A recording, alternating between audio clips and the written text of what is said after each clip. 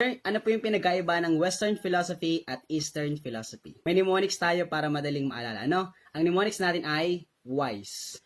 W stands for Western, I is individual learning. Kasi naniniwala ang Western philosophies na kanya-kanya tayo sa lahat ng bagay, or we flourish individually, individual learning. O ano ba yung mga philosophies na nasa Western? Kasama dyan ang idealism, realism, existentialism, kanya ka tayo ng ideas, idealism, kanya ka tayo ng choice, existentialism, kanya ka tayo ng skills, pragmatism, kanya ka tayo ng needs and interests, progressivism, kanya ka tayo ng behavior, behaviorism. So, ibig sabihin, kanya-kanya tayo sa lahat ng bagay, so we flourish individually, individual learning, individualism.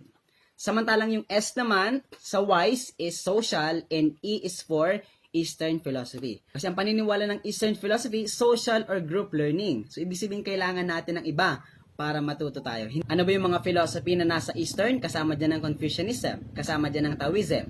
Kasi ang paniniwala ng Eastern philosophy is, it takes a village for the child to learn. O ano ba yung nasa village? Andyan ang bahay mo, andyan ang simbahan, may ospital, may market, may government, may social media, at lahat ng actors in the society contributed kung sino ka man today. So in short, ang Western philosophies, naniniwala siya sa individual learning. So we flourish individually, individual learning. Samantalang yung Eastern philosophy naman, social or group learning, na it takes a village for the child to learn. Okay po?